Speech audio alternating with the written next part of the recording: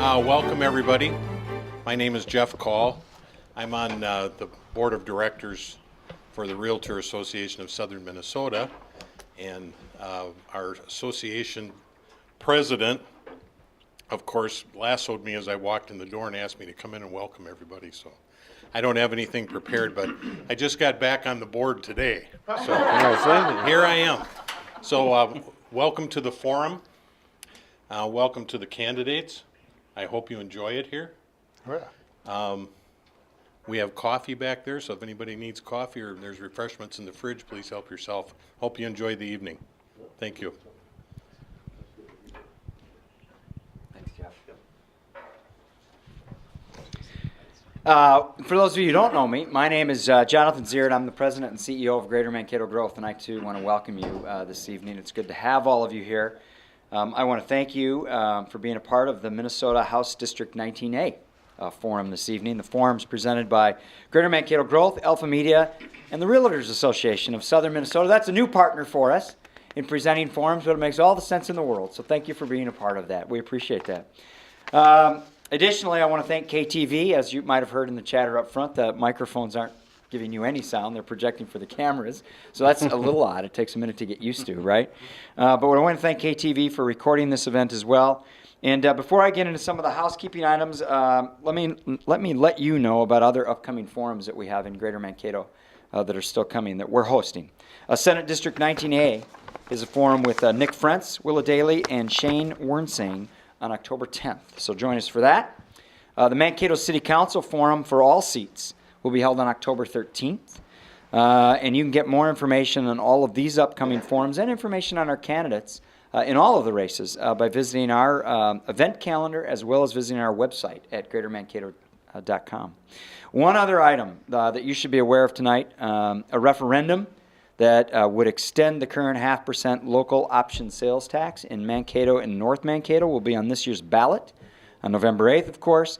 If you haven't already, we'd encourage you to learn more, become informed, become educated on the issue at salestax.greatermankato.com, where you can learn more about it and be an informed voter. Grab a flyer on your way out by the Did You Know sign. Go ahead and pick one of those up. Pick them up for others, too, if you'd like to share that. Now, let me just frame tonight's forum a bit for you so you know how it works and who does what, where, and when, and your role in that as well.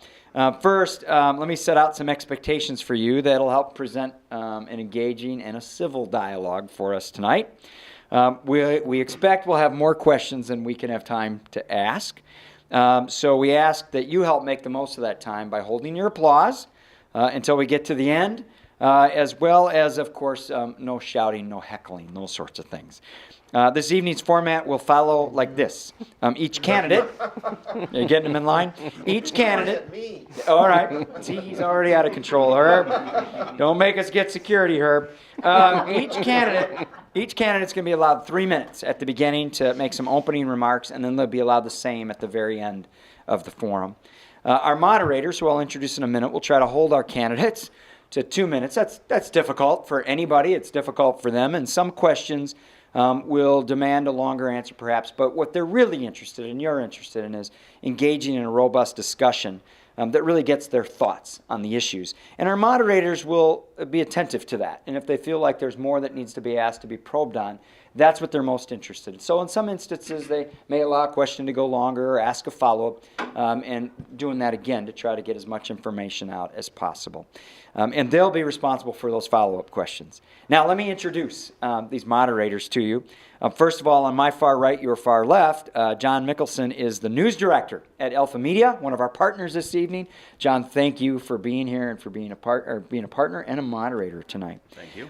Patrick Baker, experienced at moderating these forums over a number of years, is Greater Mankato Growth's director of Government and Institutional Affairs.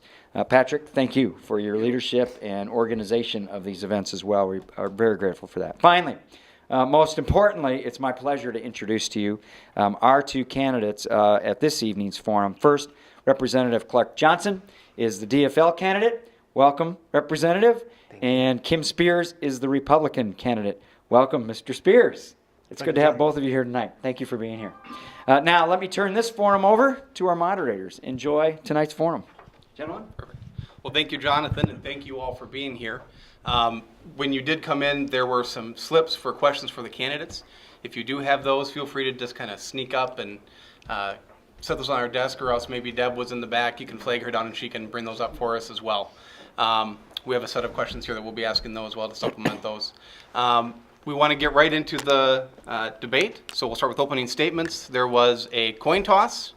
Representative Johnson won that coin toss, and he has elected to make the final closing statement this evening. So, Mr. Spears, you have the first opening statement of 3 minutes, sir. Thank you, Patrick. Thank you. Thank you all for coming.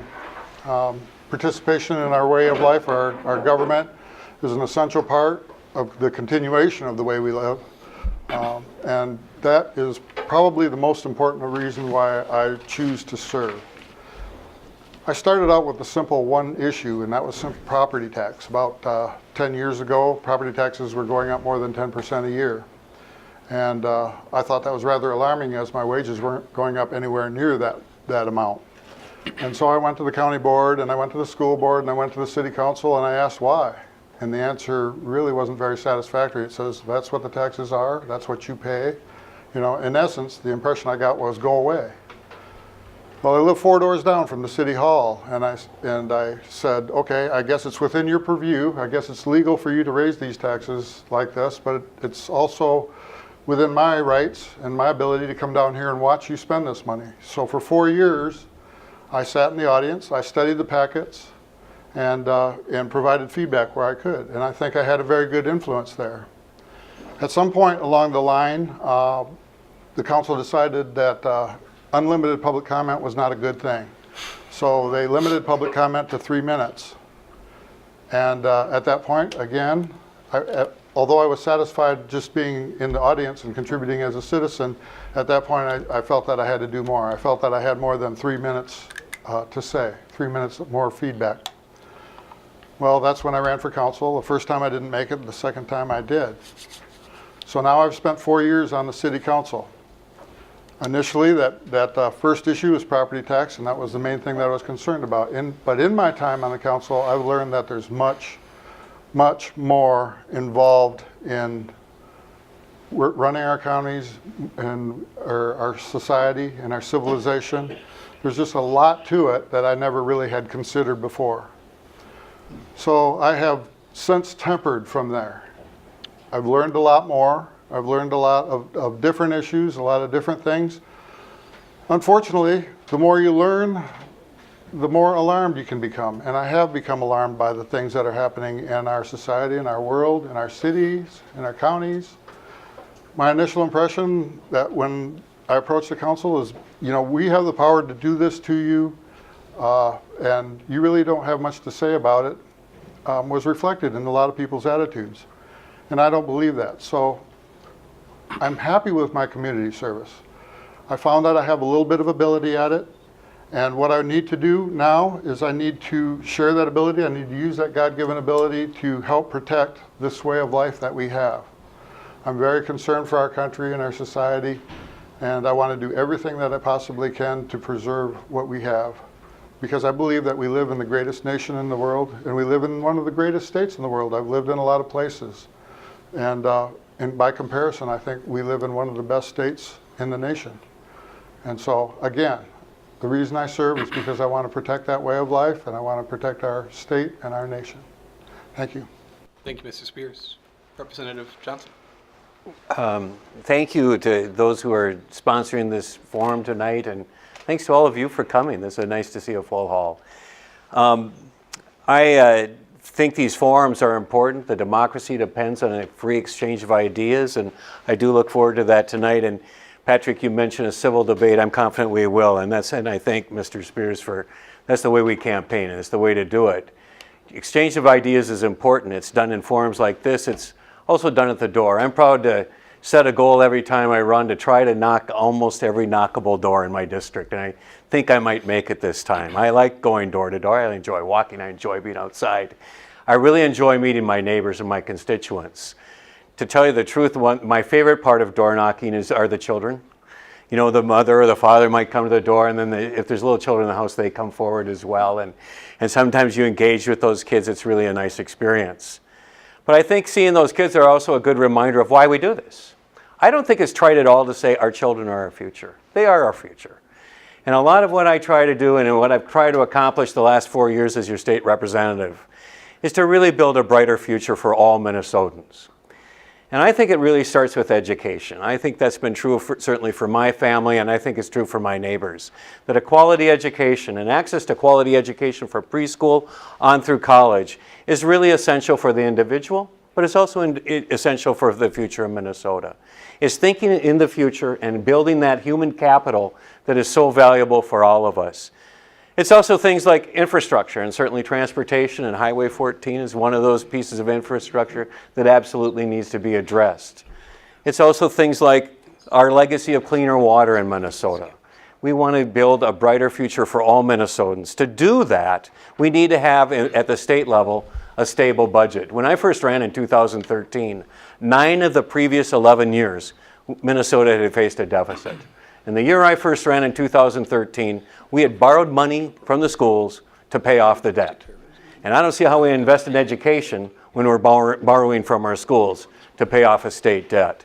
And one of my proudest accomplishments is being part of the legislature in 2013 and 2014 that set us on a sound fiscal path and has led, along with a strong economy, to a solid budget that enjoys a surplus and a significant reserve account.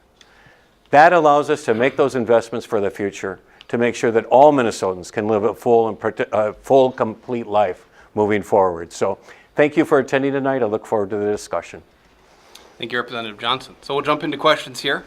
And I have the first one, and then basically we will have you start with the answer first, Representative Johnson, then we'll alternate. Sure. Starting as we go through the debate. So first question is, this past year we saw a divided state government unable to pass the 3 most critical pieces of legislation: a tax bill, a bonding bill, and a transportation bill. How would you work to end the gridlock that has plagued the legislature lately and bring conflicting positions together to get decisions made for the benefit of citizens? And 2 minutes to respond to that. I worked to end that gridlock in this last session, and I think the example was, and I was quite public about it, I thought the transportation bill was absolutely critical for this district. And basically, I took the position that the House was governed by the Republicans and the Senate was governed by the Democrats, that any reasonable transportation bill would have to incorporate key elements from the House position, the Republican position, to which I did not necessarily agree, along with key elements from the Democratic position in the Senate. I thought it was a reasonable compromise. And a number of myself and my colleagues took a step forward to do that, and was frankly really disappointed that those members in the House leadership chose not to move along towards some sort of a compromise, which would have required some increase in the gas tax. They stood a firm line, they drew a line in the sand and said absolutely no increase in the gas tax, not 1 penny. And it really stopped us from achieving a transportation bill. And so it's kind of a measure of kind of an attitude and choosing to be one who seeks that middle ground. I really believe the middle of the road is wide and has a lot of opportunity for compromise. But we need an attitude in the legislature for all of us to bend a little bit. We'll never all be satisfied. But there's also a set of rules that govern the legislature that I think really hampered us, and I'm going to focus on 2. One is that as part of the minority, we tried to change the rules in the House this last session to require that every piece of legislation sit for 24 hours before for a final vote. It just seems to me that not only the legislature, but more importantly, Minnesota deserves to be able to see what we're voting on for 24 hours. The bonding bill you mentioned came to the House floor at 11:15 on the night that we had to close the session at midnight, 45 minutes before closure of session, for a $1 billion bonding bill, the most difficult bill to pass. And there's a longer backstory to it that really failed. And of course that was a problem. The second issue, and this, the House will pass a bill, the Senate passes another bill that's similar, but they need to be reconciled in what's called a conference committee. Those conference committees really never received budget targets in this last session of the legislature. So they were kind of working in like a sea of jello where they didn't know what they had the capacity to do. It really hamstrung the work of the committees themselves, where legislators, where the democratic process can work best.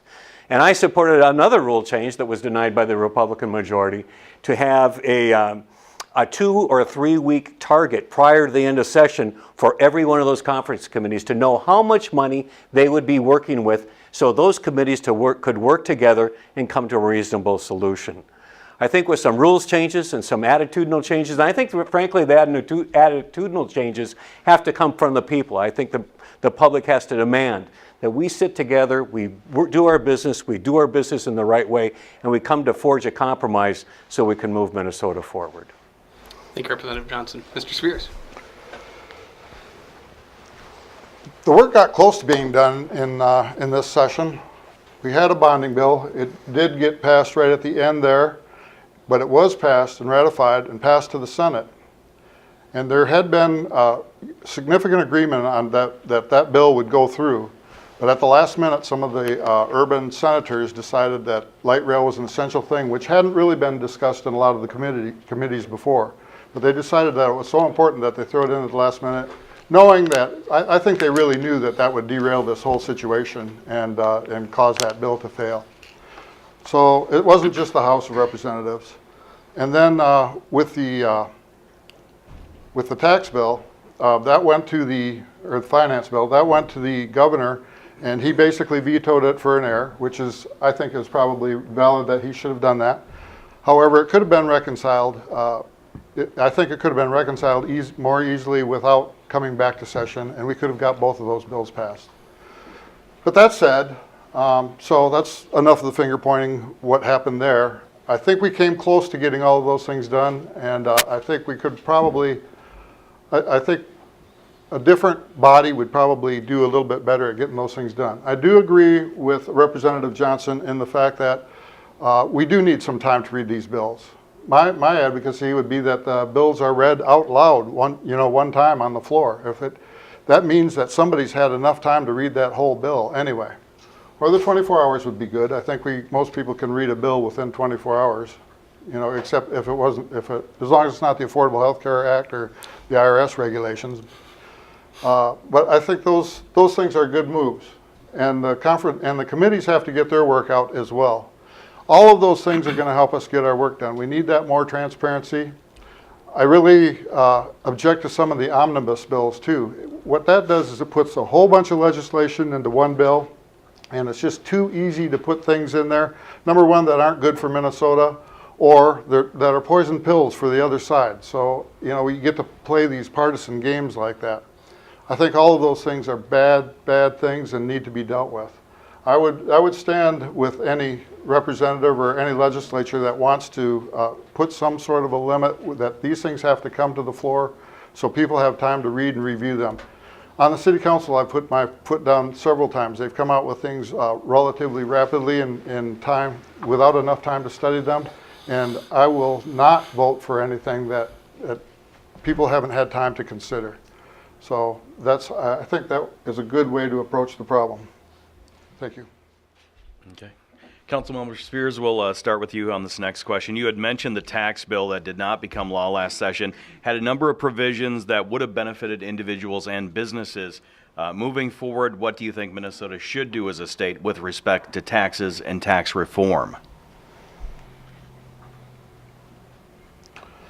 I've been to a number of different forums and presentations. You've seen the articles in the Free Press about how the state's economy may not be doing as well as people think.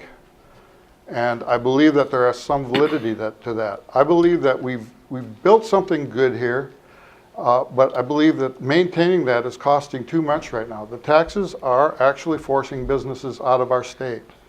And without businesses, then we're not going to have the economy, we're not going to have the funds to be able to continue to do the things that we need to do.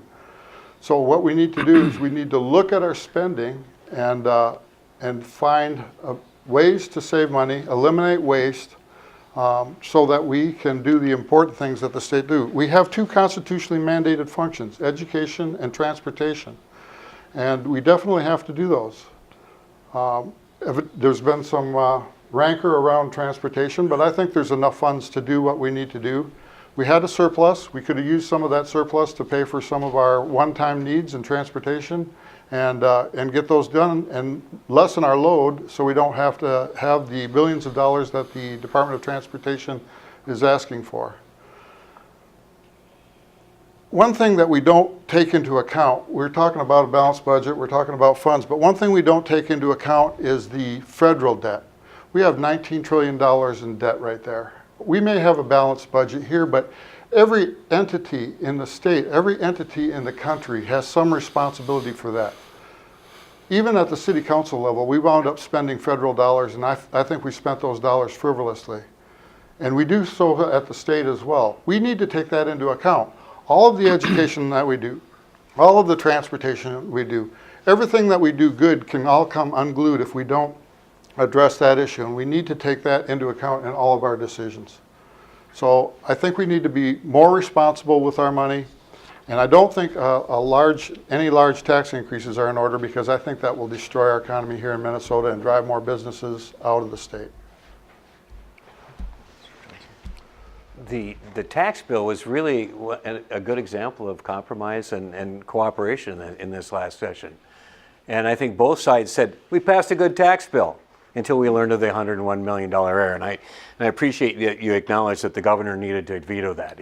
There's no way he could sign a bill that had a $101 million error. Would have led to lawsuits and lots of problems. There are three provisions of that tax bill that I found particularly attractive. First of all, there was a tax credit on agricultural land that is used to pay for the construction of schools. Currently, if you live in St. Peter, New Ulm, where a lot of schools are being built, our farmers are paying an exorbitant share of those schools. And this would have provided a 40% tax credit off the property tax paid through the state to balance off that imbalance. And that was a case where we started way back in 2013. It was an issue that Minnesota was aware of, and rural legislators across the state worked really hard to fashion that. It moved through different iterations, and I think the final iteration was really good and was part of the tax bill, and I thought that was a real major accomplishment. Years ago, Representative Don Ostrom, who used to represent this district, teamed up with an urban legislator to establish the working family tax credit. And that's been one of the best things for working families. Families, working full time but not quite making it. This helps them reduce their tax burden. And we were able to increase in this bill the working family tax credit. And the third thing that we saw in that tax bill was a child care tax credit.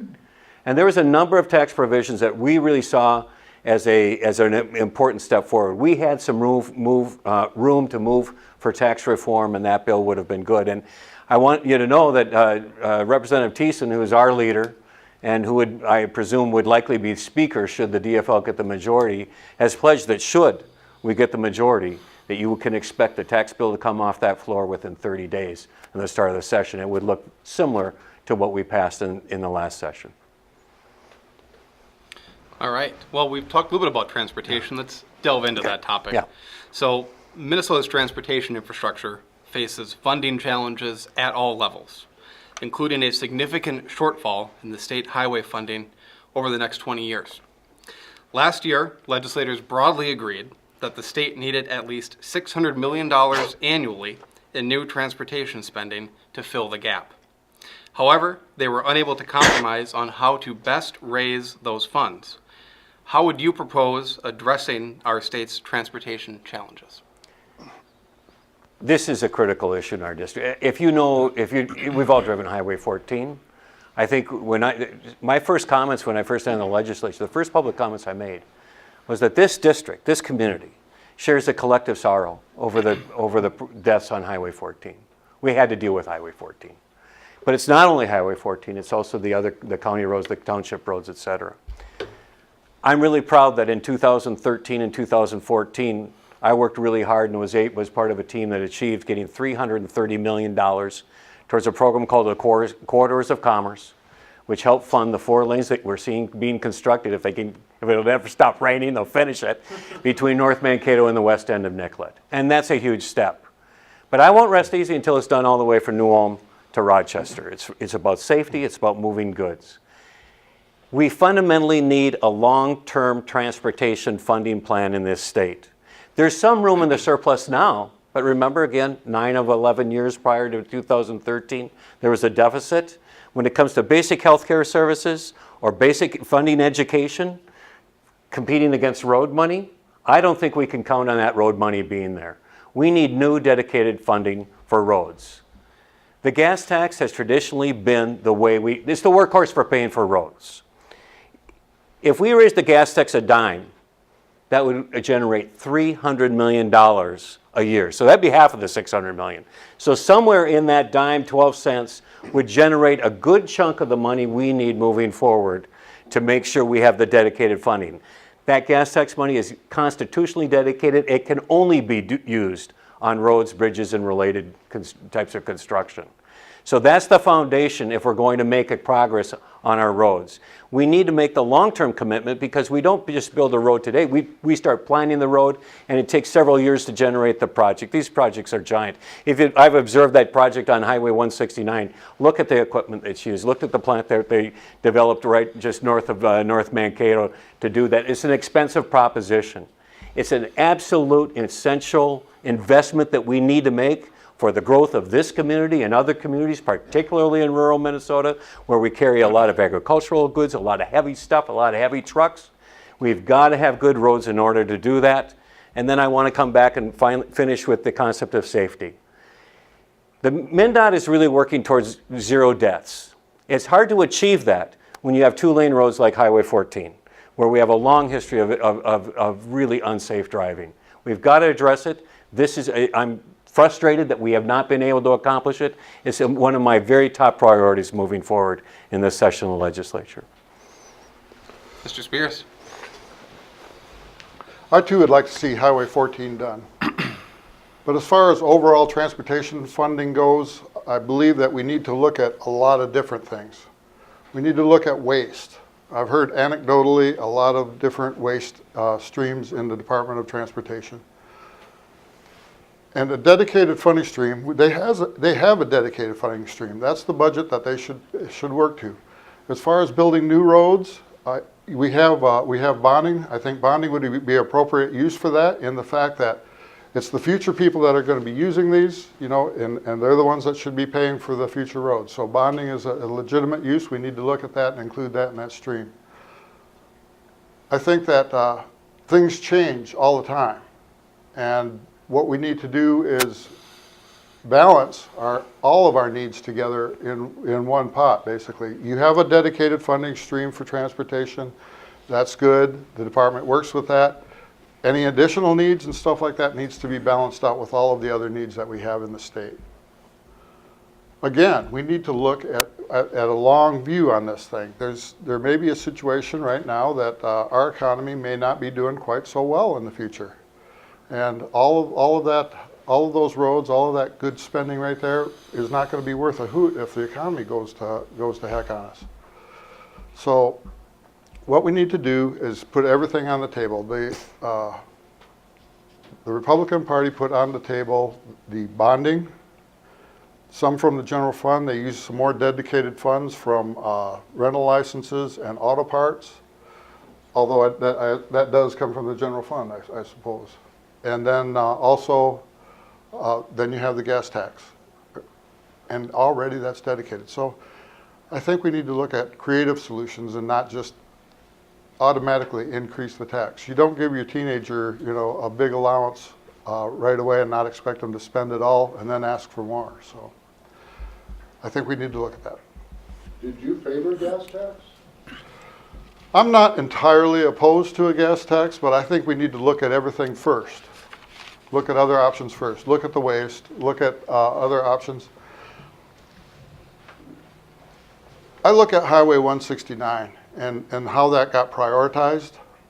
Yes, it floods, but look at what happened. We blocked off that road all summer. 4 months we blocked that off. I've been here when it floods. It floods every 3 to 5 to 7 years. Nobody knows exactly when it's going to flood, but they detour the thing for a week to 10 days. Well, for this project right here, what we've done is we've spent millions of dollars basically to ameliorate a situation that happens very occasionally and that we handle with detours for very short term. We could have used that money for Highway 14, which I think is a much higher priority. So you need to look at that, how the Department of Transportation prioritizes their projects before we start looking at just bang, passing the gas tax. I'd like to respond to that, Representative Yeah, Johnson. just to clear up with the funding for Highway 169, the bulk of that funding actually came through FEMA. And it's in response to, it's an emergency, so the bulk of that funding is federal funding, and I want to compliment Region 9. I don't know if there's anybody here from Region 9, but Region 9 several years ago made an application for that funding and really spurred that development.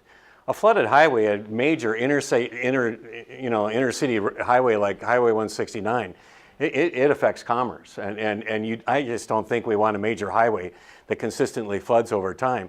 But it wasn't only flooding. This is a safety improvement. Have you seen, if you've driven, now that it's open in one lane, it's going to open real soon.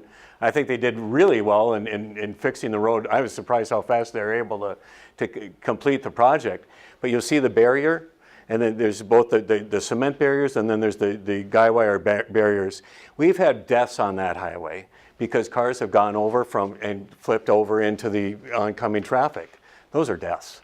And so again, towards zero deaths. So there's safety improvements, and keeping important highways open to our city every day of the week, that just makes good sense to me. I think it's a good investment. These are the kind of investments we need to make as a people.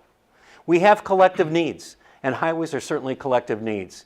We need good highways. You go to other states, they're building good highways into their cities, and Mankato needs to compete both in terms of in our state, but throughout our region and nation. And good highways are absolutely central to that. This is a city with a lot of dynamics, economic dynamic.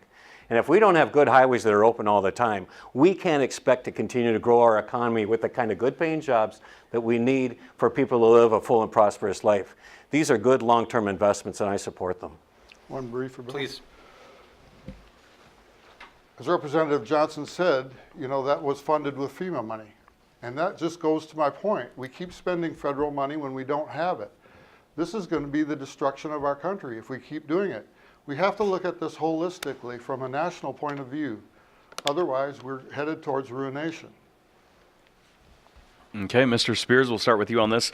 The struggles with MNsure, the state's health insurance exchange system, has been well documented.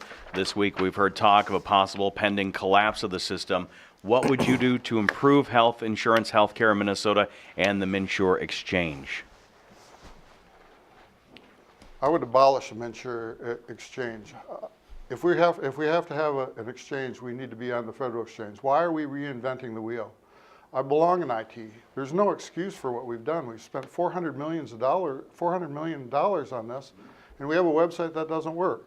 We're putting an additional burden on our counties because they have to hire people just to navigate this website, just to get people enrolled. An average person can't do it. It's just simply not there. In the bigger picture, what I would do about healthcare, we can't do a lot about healthcare because of the Affordable Health Care Act. If I had a way to do it, what I would do is I would start with health savings accounts, and you could start those at birth. And that, if everybody had a health savings account, and it could be subsidized for people that were economically impaired, I would be in favor of that. And then high deductible or high deductible insurance for catastrophic accidents. And I think that would cover us, but that's the only way that you're going to control costs. You're not going to control costs by mandating it from government. The only thing that you're going to do is you're going to restrict access. People are just going to stop producing if they don't make what they need to make on this. I think market solutions are the best. And what I would do first, the first step is to abolish MNsure and go on to the federal exchange. I am really concerned with the news that came out last week. These rates are exorbitant and need to be addressed as soon as possible. Let's be clear, though, what's involved here. It's about the individual market, which is 5% of the health insurance market in Minnesota is on the individual market. And fundamentally, it's not really about MNsure. MNsure is the exchange. That's the website and that sort of thing. It's about how we handle the health insurance policies. So it's about 5% of Minnesotans that are in that individual market. About half of that 5% are eligible for the tax credits available on the MNsure exchange. And so if anyone is thinking, if you're in this spot, it's a dire spot. I can't imagine what you're going through right now. The first step you got to do is in November when the exchange is open, get on that exchange and see if you qualify for a tax credit. And if you do, and the analysis shows that a lot of people that qualify for the tax credit will not see an increase in their health care costs. But what about that other half that don't qualify for the tax credit? That's having a real important dynamic on their finances. It's a very real problem that needs immediate attention. I think what Minnesota needs to do is really find a way to underwrite in the short term, right away in this year, as early as in January, before January 31st, which is kind of a deadline on this, underwrite those increases. And a source of funding for that is in the last session, the Republicans wanted to lower taxes on the tobacco companies by about $40 million. I would suggest that we forego that tax cut for the tobacco companies and apply that towards the underwriting or buying down those rate increases for the individual market. And I think it would have a significant impact on that. That's the short term. We need to do that by January 31st. And we need to be ready and aggressive to accept that. But there's a longer term problem going into the next year and the following years. I proposed in legislation, I submitted a bill in this last session signed by about 34 colleagues, and Senator Sharon inserted the same bill in the Senate, and it moved in the Senate, and the bill was to seek a waiver from the federal government so that all Minnesotans who do not qualify for Minnesota Care, which is a subsidized program to help the working poor, so if you don't qualify for it based on your income, if your income's too high for that, you would be able to buy into Minnesota Care on the exchange. And that would offer an alternative to all Minnesotans in every market, that another alternative, another choice on the market.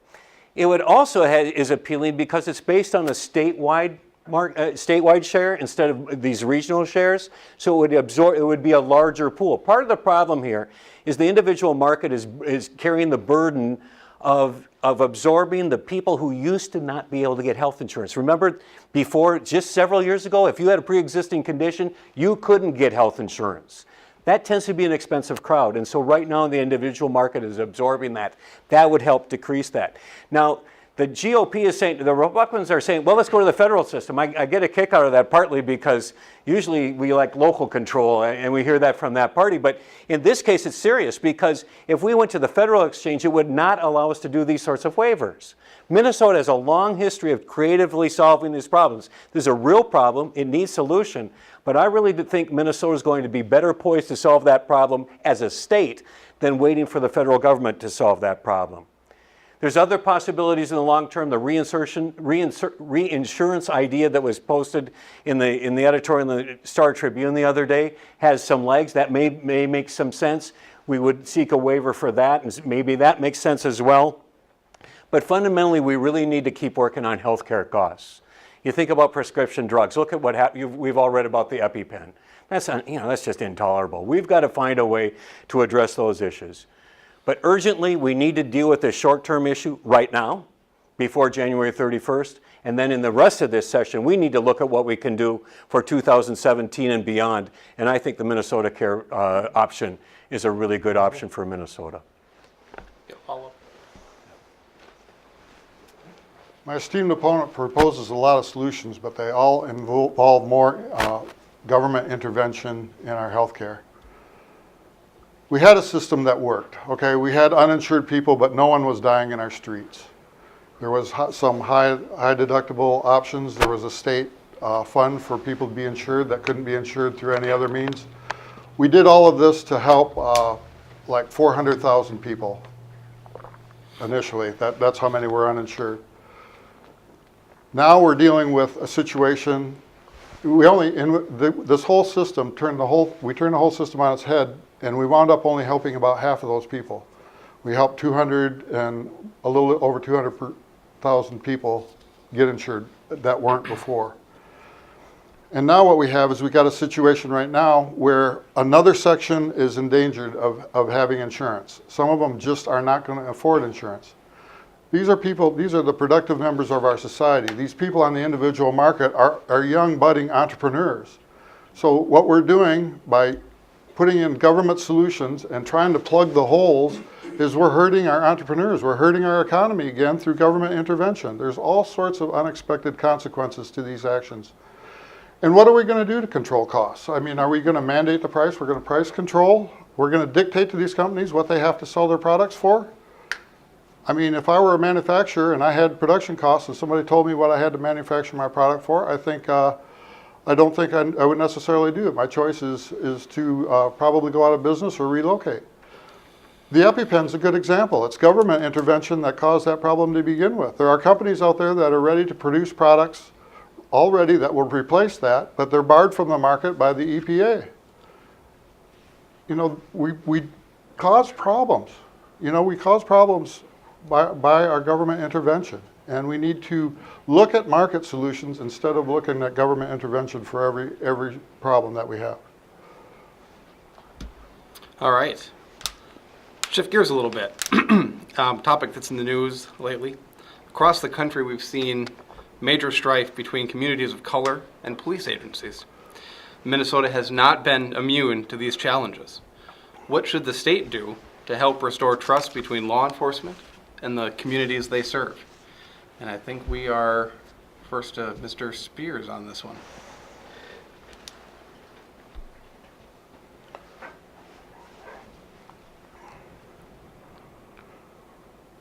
It seems to be an issue of trust on both sides.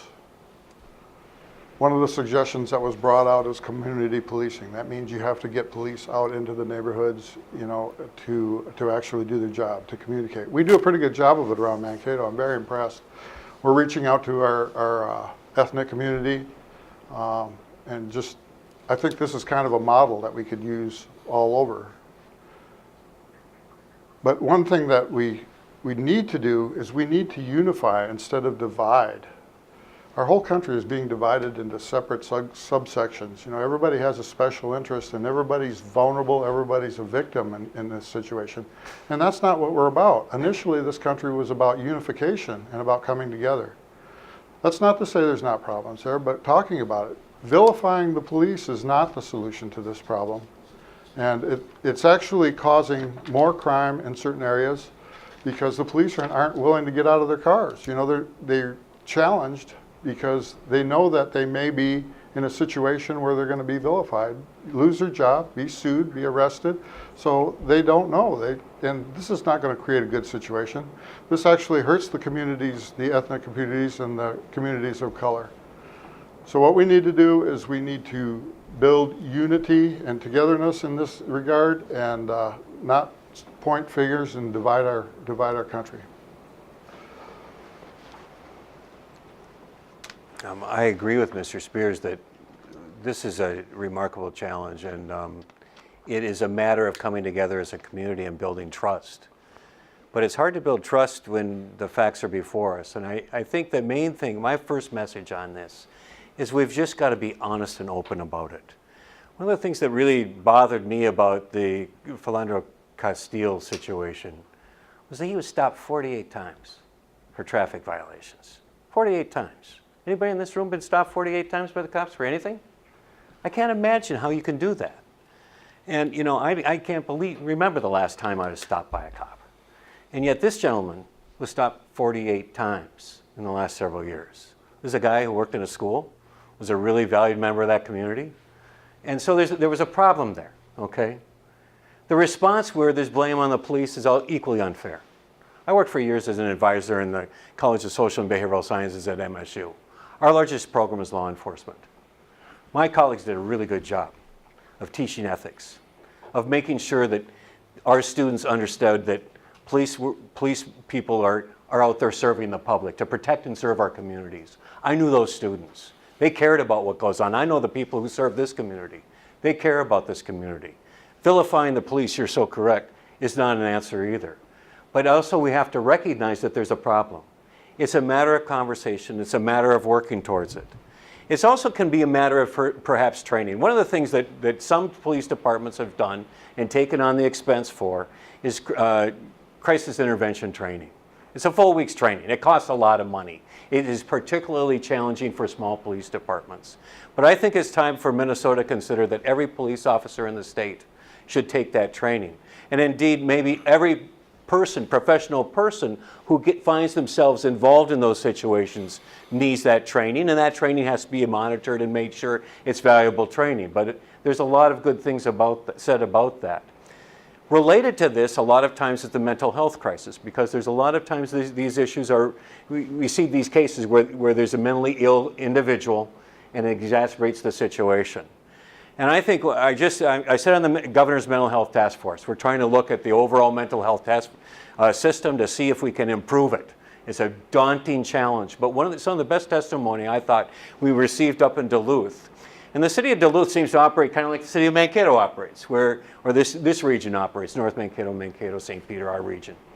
And they're really working together, and they've incorporated using other professionals in those interventions. So when there's a call and it's identified that there's a mental health issue going, they bring with them a mental health professional.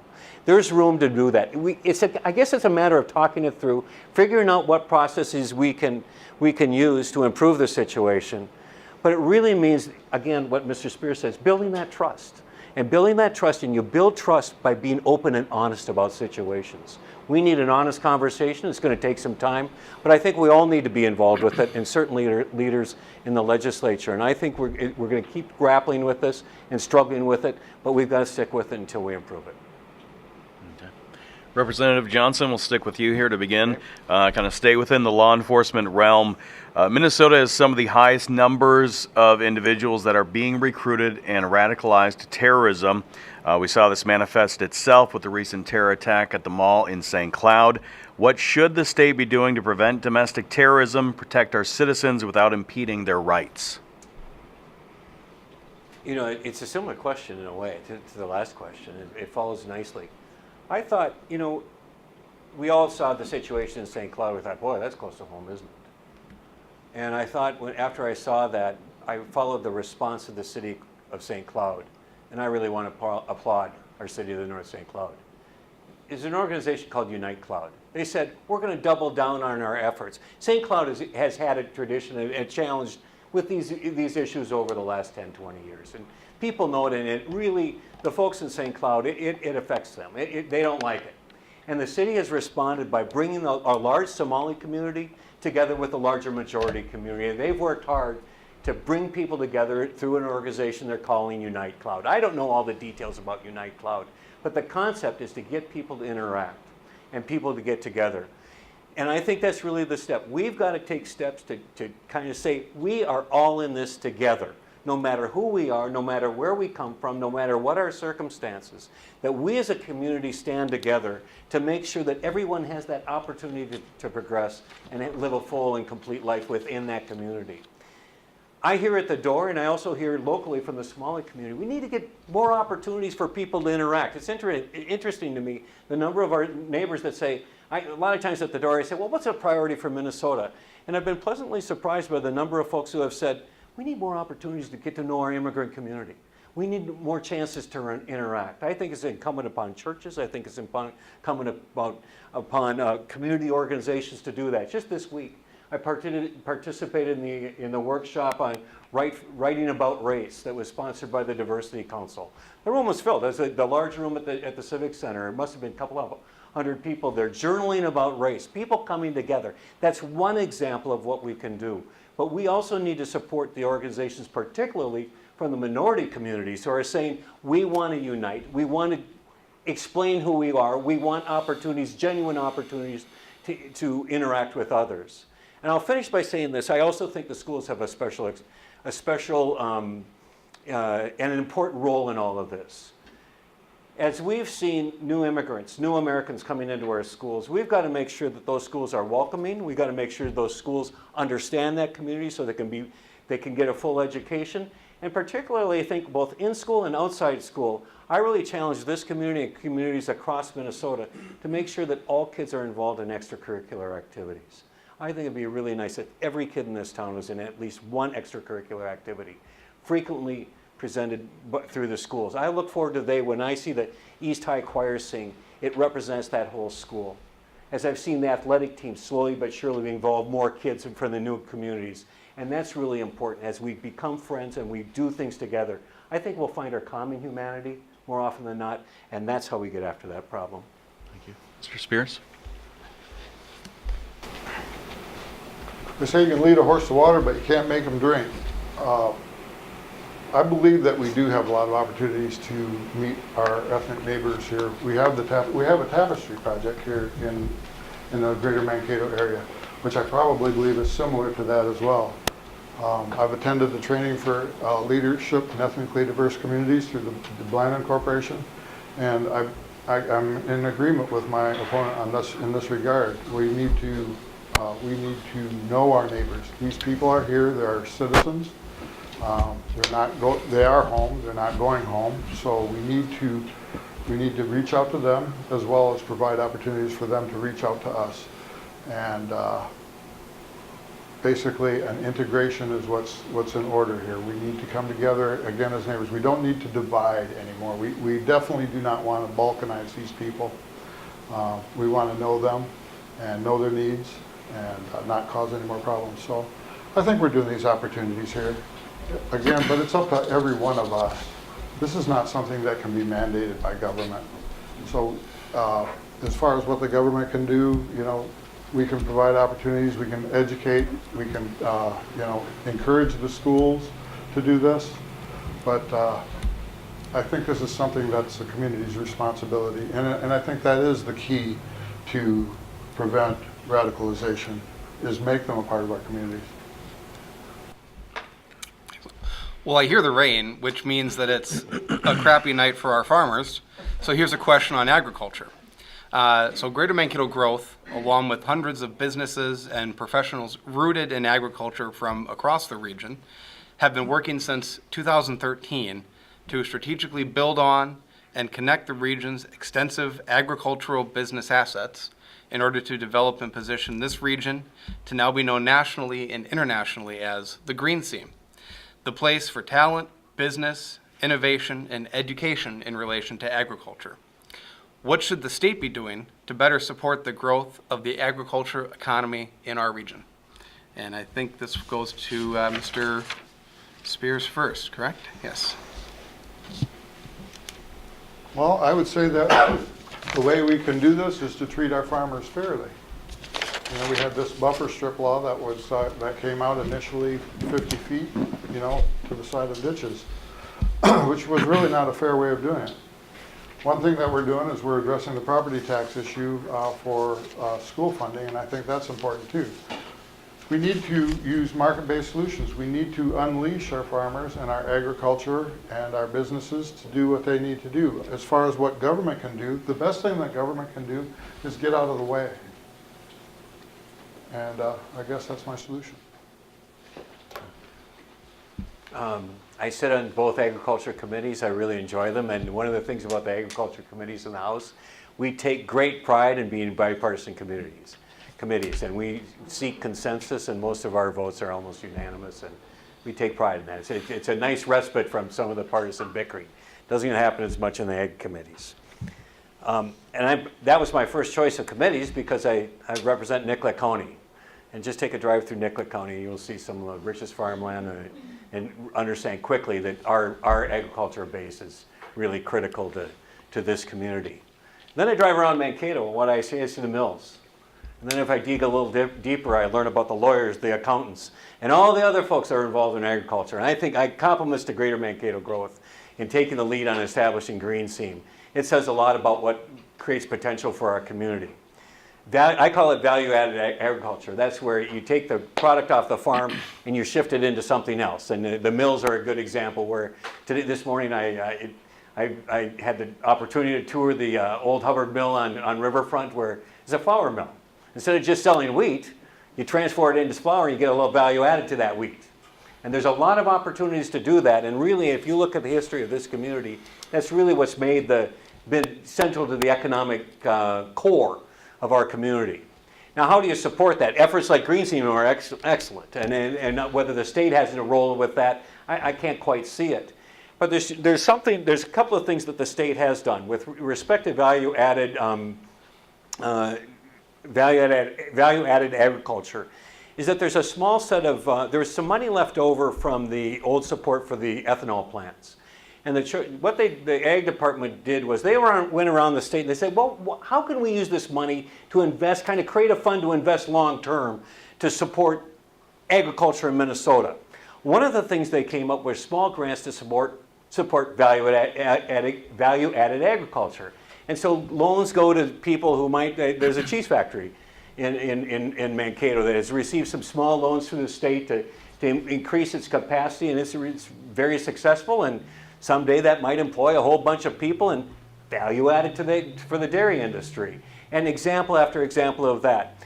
It also can help support young farmers, and one of the programs in the project is to support young farmers to get into livestock. Livestock is kind of an entryway to get into farming. A cow and calf operation is usually a way a young person without a whole lot of capital can get into it. Supporting them to do that establishes a small farm. They're allowed to prosper and create a family farm.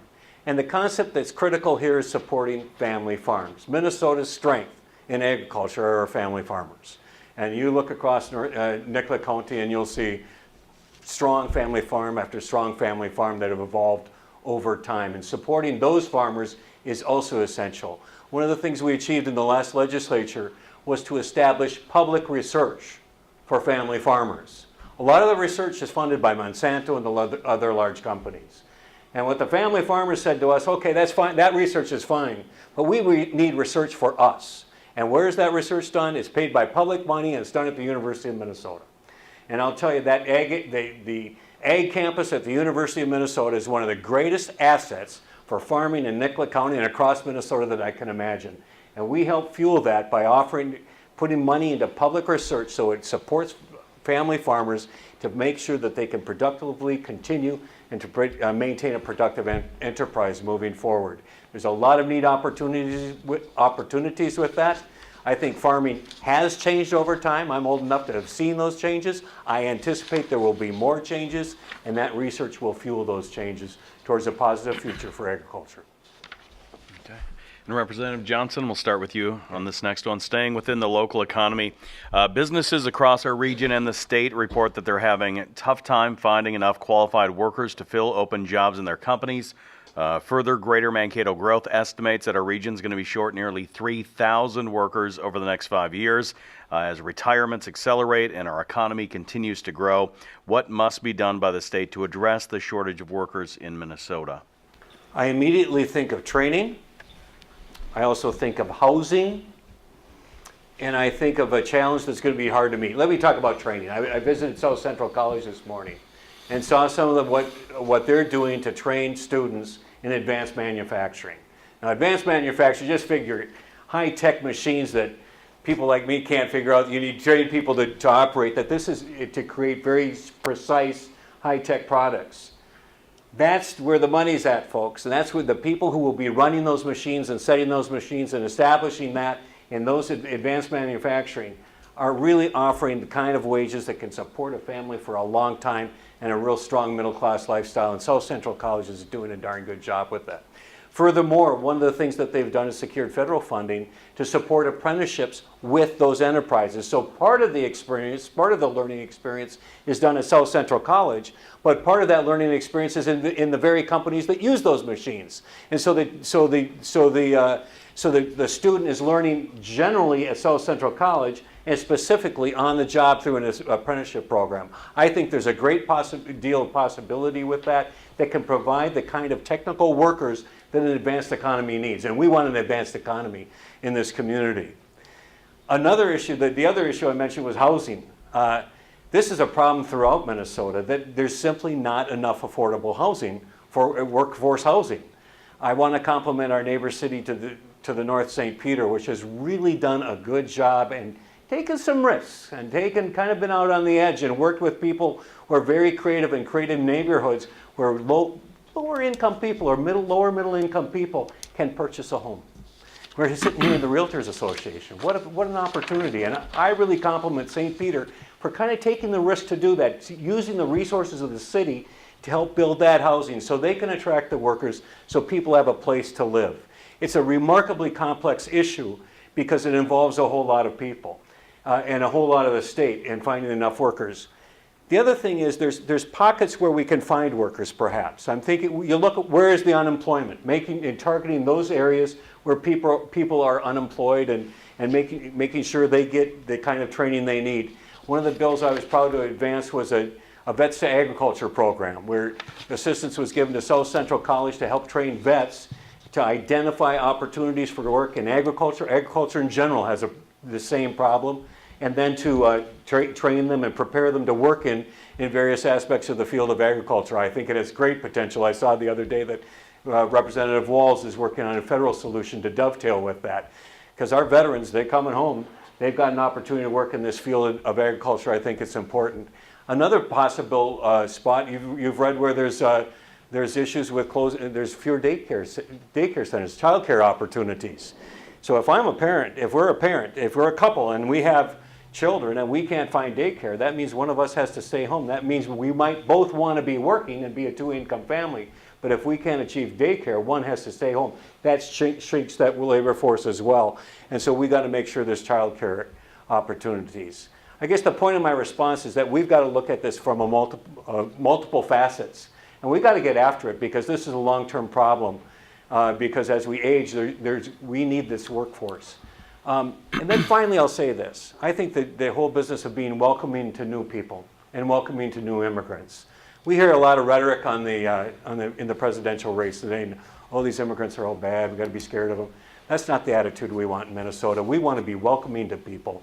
We want to take those people. Immigrants have fueled this economy since the Nurskys first came here in the 1870s, right? And we really need to continue that process. That's been the energy that has driven Minnesota and driven America, in a welcoming attitude and a welcoming approach to taking in new people will help us address that challenge. Councilmember Spears. Well, I'm going to kind of do it backwards from him. I believe that our ethnic community and our immigrant community are key sources for future employees. They already probably receive social or subsidies and they're already involved in our social system, and we've been involved in a couple of forums with the aged and with the disability community that they have a shortage of workers. So I would say that this would be an opportunity to repurpose some of these folks to work in those fields. Like the daycare situation. The daycare situation is kind of interesting. I was sitting there thinking about that. I'm going, okay, we have a couple here. They can't find daycare for their children. Both people would like to work. So basically, one person could actually start a daycare. If the licensing were loosened enough for that, then that would be an option for them.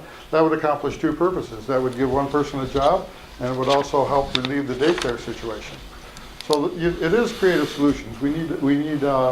We need to look at all aspects of this, but the best thing to do is just engage our citizenry.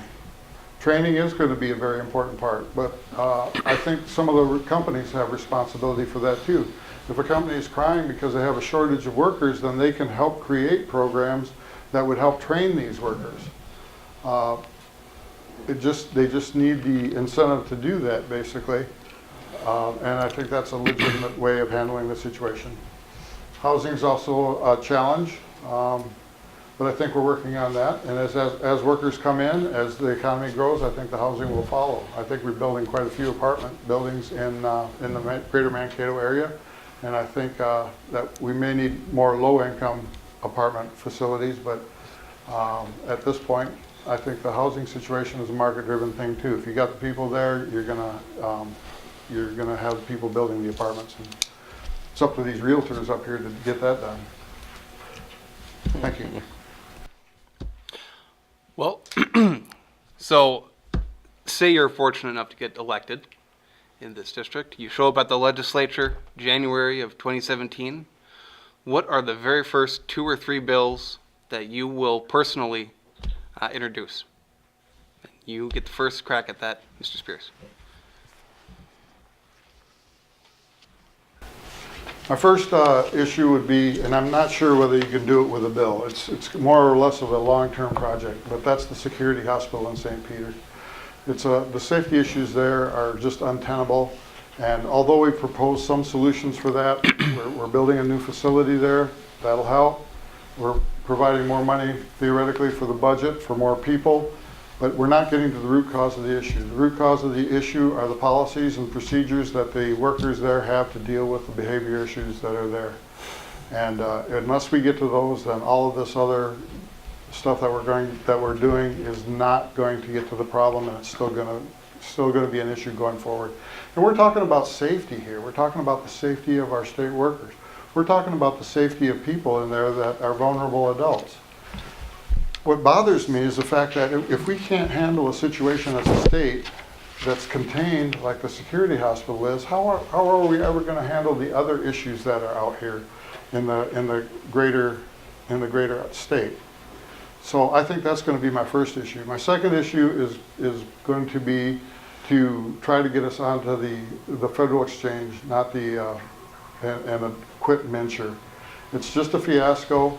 It's not working. It's going to cause our state to fail. It's going to hurt our economy. It needs to be done. As far as that goes, then I will work on getting funding for the corridors of commerce, because we do need to get Highway 14 done. And I will be looking at various funding mechanisms for that, just to see what our options are in that regard. Thank you.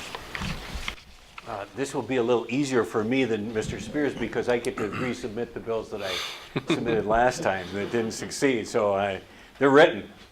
And the bills that will go in automatically right from day one will be the bonding bills for the South Central College. Absolutely needs to be done. It's at the top of the list for MnSCU projects or Minnesota State projects.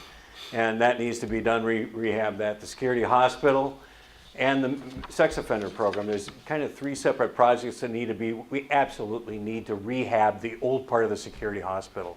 I don't know if you've had the opportunity to visit there. It's just abominable, the physical space. There's blind spots.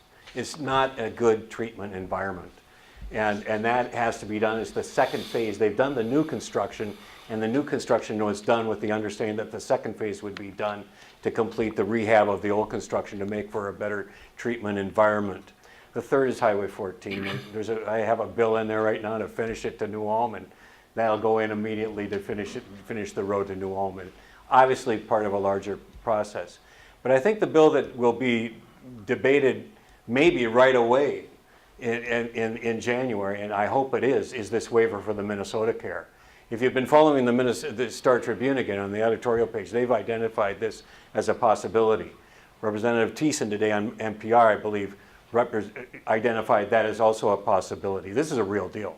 We can seek that waiver. We've got to get going on this as fast as possible, because it'll take some time for the federal government to generate the waiver. We've got to do the actuarial analysis to make sure it can work before we can offer it. But I would want Minnesota Care on that next November to be offered to Minnesotans if that's what they choose to buy into.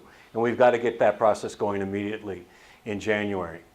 As far as the security hospital, I just want to respond a little bit to your comments because it's important. That's a remarkably complex place to work and to serve and to treat our mentally ill and dangerous Minnesotans, our most vulnerable Minnesotans. We use a system, the norm in America and the norm certainly in Minnesota is what's person-centered care, where it's based on each individual. Just as if I go to the doctor and I have diabetes and you have diabetes, it's also person-centered care, and we need person-centered care throughout the mental health system. It's well accepted, it's generally accepted, and it's the accepted practice of the security hospital.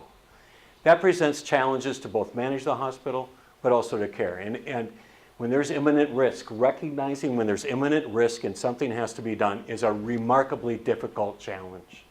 I've visited the hospital, I've seen the situation escalating. And I'll tell you, all I can say is that I really am proud of our neighbors who work at the security hospital. I've always admired it, but now that I get to see it closer, it's really meaningful to me. And the response by those people when that situation was escalated was just phenomenal. How they handled that situation, they were able to calm down a difficult situation, diffuse the problem. It doesn't always work, and there's challenges with that. But we need excellent training for everybody in the security hospital so they can recognize that imminent risk and take the steps necessary to protect themselves and, importantly, also protect the patient. It takes patience. It takes a lot of training. Last fall, I thought was one of the most important periods in the history of a long historical organization. The governor took a very major step when he asked the Bureau of Mediation Services to spend a lot of time at the security hospital, engage the entire staff in discussing how do we deal with these safety issues? How can we better care for these patients? And they had a number of conclusions. The most poignant for me was when they learned about staffing at peer institutions and compared that at the security hospital. They compared themselves to two institutions, one in Missouri, Fulton, and then the Oregon hospital, which is similar both similar in size and similar in approach to the security hospital in St. Peter. The safety problems at those other two institutions are a lot less than they are at the security hospital. So it begged the question, what's going on? And again, the most poignant piece of information we got was staffing. We learned that at the security hospital in St. Peter, there are 2 staff per patient. In Oregon and in Missouri, there are 3.3 staff per patient. No wonder there's problems. You need a critical mass of people working in that hospital. Not only security counselors for that difficult situation, but recreational therapists, psychiatrists, psychologists, therapists, people who can help these people as they're treated and move on back to the community. And we were massively short of staffing there. And my greatest disappointment, in my gut, my greatest disappointment in the last session was the refusal of the GOP majority in the House of Representatives to fund those positions. I think it's abominable. It's a travesty that we have not provided the positions needed to care for our fellow Minnesotans who happen to be committed to the security hospital. These are our family members across Minnesota, but also to protect those patients and make sure that the people who work there can do their jobs. And that's definitely a priority moving forward for us. Representative Johnson, we'll start with you with this question. Okay. The population of Minnesota is as old as it's ever been. It continues to age, and now the state is facing a senior care crisis as baby boomers begin to retire in large numbers. At the same time, our senior care network lacks adequate staff and facilities to handle that influx. How do you propose the state should address this looming crisis? Kim, they're picking on us again. We did it the other day, too. I turned 64 this year. I'm feeling this really closely. Our population is aging. The good news is we know it's aging, okay? And so it's not like this is a surprise that's happening. There's things that have been done, and we can certainly plan for it. And though it's aging, I think it's a little overstated, the crisis. I'm not so sure it's a crisis. It's also an asset.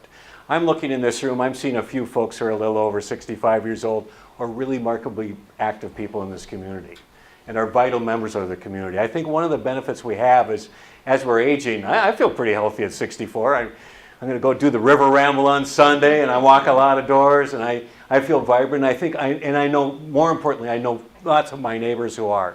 But that doesn't diminish the challenge. One of the things we did in the last session was we did reform the rate structure for nursing homes, which finally offered them the opportunity to pay better wages at the nursing home.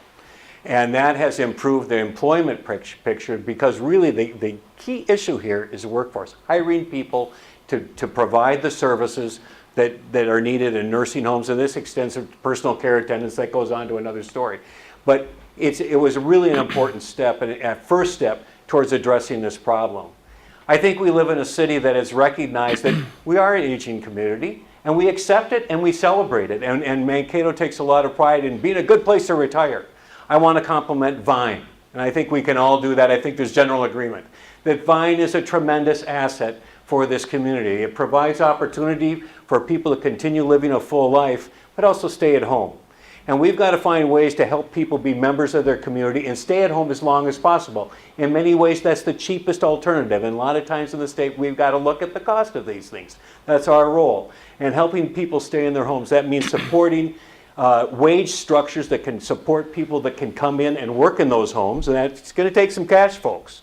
And it's real cash to support those kinds of wages. But it's also supporting the caregivers. Many times it's the family that's the caregivers.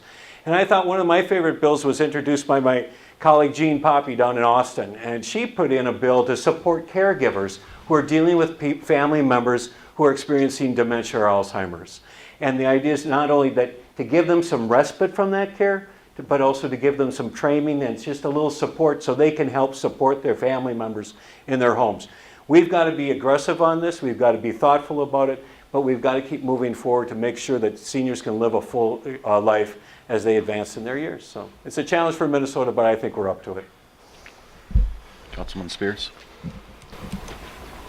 We definitely are facing that. A lot of us in this room, myself, and Clark in particular.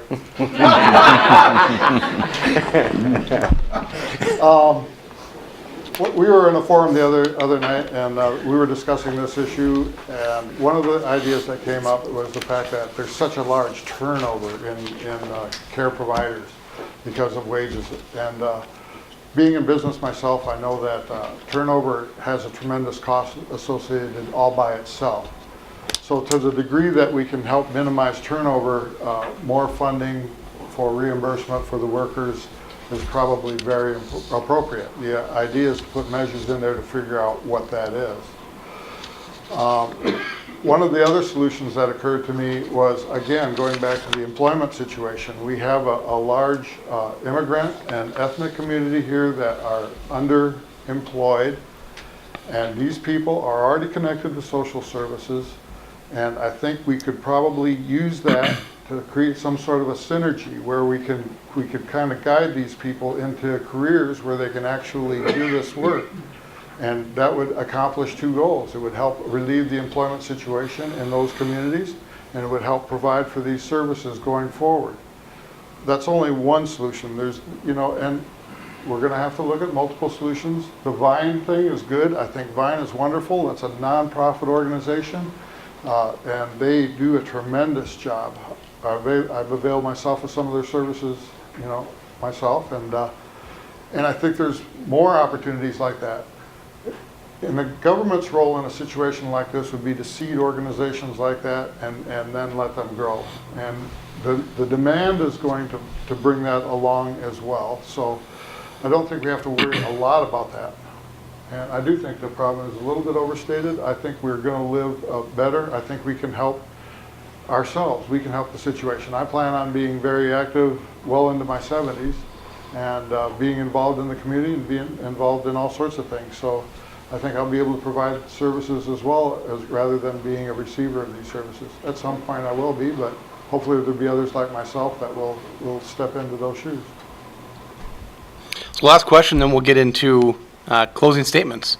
So, if you go around this community, you'll see a lot of solar projects that are being proposed, largely as a result of a state renewable energy mandate that was passed a few years ago. And you'll also see the Calpine natural gas facility having plans to double its size with a new natural gas energy facility here. What is Minnesota's energy future? What should it look like? How do we address the challenges of climate change, but also keep energy rates low? And Mr. Spears, you're the first for that. Energy is what gives us our way of life. Without energy, we wouldn't be able to do the things that we do. So every solution has to be on the table. Right now, there's nothing that beats fossil fuels. It's cheap, it's transportable, it's very usable. That's not to say that there's not room for solar and wind and other technologies that come along. Actually, I believe that nuclear should still be an option on the table. It has to be an all-of-the-above solution. Just limiting it, say that we're not going to use fossil fuels is not an option. And I believe that the state, as far as, okay, we put some mandates out there. I don't think we need a lot more mandates. If wind and solar is truly viable, it should be able to stand on its own. As it is now, we have to pay a tremendous amount more for those types of energy. And I don't think it's necessarily fair to the ratepayer. I think it's ultimately going to limit us. And if we decide to close all our coal plants, we'll be having brownouts. We won't have the energy we need to progress and for our economy to grow. I think all of us in this room are fans of electricity. But most of us, maybe all of us, drove a car here. We like to be able to be mobile. Energy counts, it's important, it's our daily life. I think Minnesota's energy future was kind of started by Governor Pawlenty. I didn't agree with Governor Pawlenty on many things, but he saw a renewable energy future for Minnesota, and we advanced that over the last several years. And renewable energy is really Minnesota's future because it's Minnesota's energy. We've got the wind here, we've got the sun here. You look at the day, you wouldn't think of it. Here it's raining outside. This does not look like a good solar day. But there aren't all good solar days, but Minnesota actually has good solar potential and excellent wind potential. And when we challenged the private utilities, the investor-owned utilities, to meet some pretty stiff targets, pretty aggressive targets, they responded, they did it. And furthermore, what we're finding is renewable energy is becoming cheaper than the old-fashioned fossil fuel energy. And some of the communities in our region who are having the greatest problem with the cost of electricity are tied to long-term coal contracts that are really a problem. I don't know if we've figured out a solution to that. It's where we're seeing the contracts, the new contracts, the mixed use that is depending increasingly on renewable energy, where we're seeing we're able to hold down those prices. And again, that wind power is in Minnesota. It's not North Dakota coal, it's Minnesota wind or solar right here. The community solar concept is particularly valuable because it allows everybody to be involved with it, to buy into it and participate in it. And those kinds of new models of how we can aggressively form those in order to promote renewable energy just makes good sense. It's also cleaner energy, and we know that, and that has value in terms of health and air pollution, that sort of thing. Spain, I believe, is up to about 65% renewable energy. And kind of the question is, what is the limit here? And as technology changes and with potential of batteries and different ways of storing energy, there's a lot of potential. I don't think we definitely have not seen the end to where this can come true. But it's not only electricity, because I can't not talk about fuel, because this is a state that produces a lot of ethanol. It's also a state that produces biodiesel. And I just like to talk about biodiesel a little bit because I authored the bill that really established the biodiesel standard for Minnesota. And I'm proud of that. And we achieved that a couple of years ago. That was challenged, if you've been reading the paper, in the courts the other day, and we won on that. And the biodiesel standard is allowed to continue. And biodiesel, one thing it does, it adds about $1 in value to a bushel of soybeans, value-added agriculture. But it's the cleanest fuel we have. And it's made here in Minnesota with Minnesota products of soybeans. That's the Minnesota solution. Minnesota's future is in renewable energy. All right, we'll start with closing statements. Representative Johnson will be going last for closing statements. So, Mr. Spears, you get the first closing statement. I think we're all aware that there's very vast philosophical differences between the Republicans and the DFL or the Democrats. The DFL, the progressive side of things, believes in government, bigger government, as the solution to our problems, to all of our problems. And the Republican position is that we are the best solution to our problems. The one party is a party that's going to lead us to dependence, and the other is to independence and strength. We can do this. We can do it all ourselves, and it's better. We'll be stronger for it.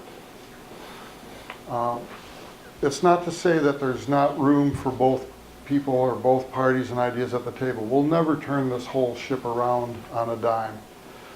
You know, it will be a matter of compromise. It'll be a matter of adjustment, and we'll come out with the best solution through a balance of these ideas, and not one size fits all, not one side or the other.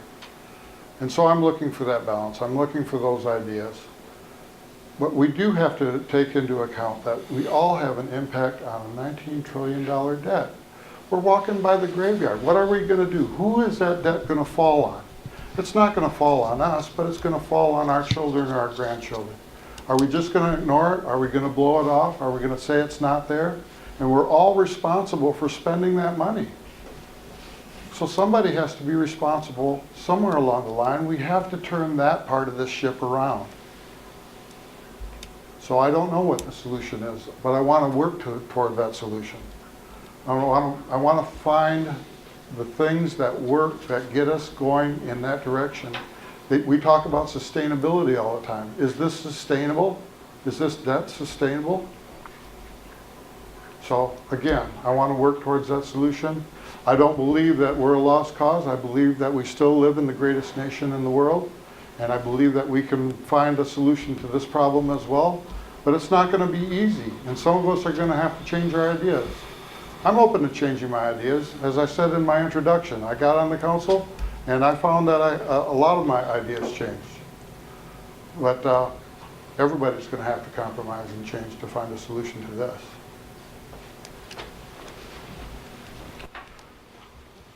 I'm really honored to have served as your state representative for the last 4 years. It's been an immense challenge. It's one I've embraced. I've really worked hard to listen to folks in my region and learn from people in my district, but also learn from people who come to St. Paul and inform the legislature about what we need to do to move forward. It's a complex learning process. I'm not an expert on all issues, but I try to learn and I try to come to the best judgment. I lean heavily on my experience at home. I'm one of those legislators who goes to St. Paul and pretty much draws upon my local experience. And I'll tell you, we live in a community that's really special. The number of times that April and I have said, boy, we're fortunate to have landed in Mankato. This is a town that really comes together, that cares about each other. I think we genuinely overall care about each other. And we see a challenge, we come together and we try to seek a solution to that. And we do it through hard work together and really thoughtfully trying to make sure that everybody's coming along. A neat example of that is the Children's Museum, which just has central to their mission to make sure that every kid in this town has access to that wonderful learning opportunity there. And so to be a part of that and kind of be a partner for that community work in St. Paul is just an honor. And that's kind of how I see my role. But when I look at what we're trying to do in moving Minnesota forward, I again go back to where I started. It's about the future. It's about building a future for those kids, about building a future for us, to make sure that we have a bright future in this state. And you don't just, doesn't land from the sky, we create that future. And it's a matter of investing in education, transportation, infrastructure, clean water, those sorts of things that have lasting impact, not only today, but over a lot of time. We can only make those investments if we're smart as a state and we have a stable budget. I've been a strong voice in the legislature for a stable budget. And I'm proud that we've had a stable budget the last several years. We balance the budget in this state. I can't affect what's going on in the federal government as your state representative. I can't deal with that debt, but I can deal with what's going on here. And we need a stable budget, and we've maintained that. And that is supported by a reserve account, a savings account, a rainy day fund that can help assure us that when there is a downturn, and yes, there will be a downturn in our economy, we've got funds in our savings account so we don't have to slash our fundings for schools, so that we don't have to walk away from road construction and that sort of thing. And so that kind of stable budget and investment in the future is what it's all about. I will continue to listen, I'll continue to learn, and I just ask that I actually ask for your vote to continue this work over the next 2 years in St. Paul. Thank you very much for this opportunity. Thank you. Thank you all for being here and being an excellent audience. How are you doing, Ken?